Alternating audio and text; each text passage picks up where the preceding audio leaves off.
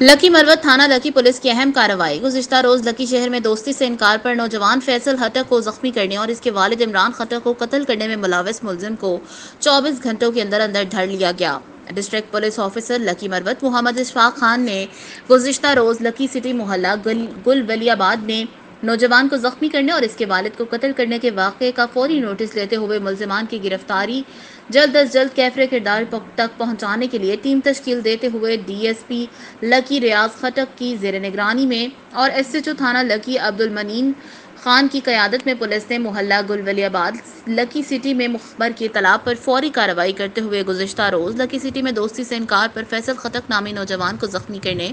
اور اس کے والد عمران خٹک کو فائرنگ کر کے قتل کرنے کی واردات میں ملوث نامزد ملزم شفیع اللہ اور شفو ولد خالد سکندر محلہ گل ولی آباد کو 24 گھنٹوں کے اندر اندر گرفتار کرتے ہوئے ملزم کو حوالات منتقل کر کے تفتیش شروع کر دی۔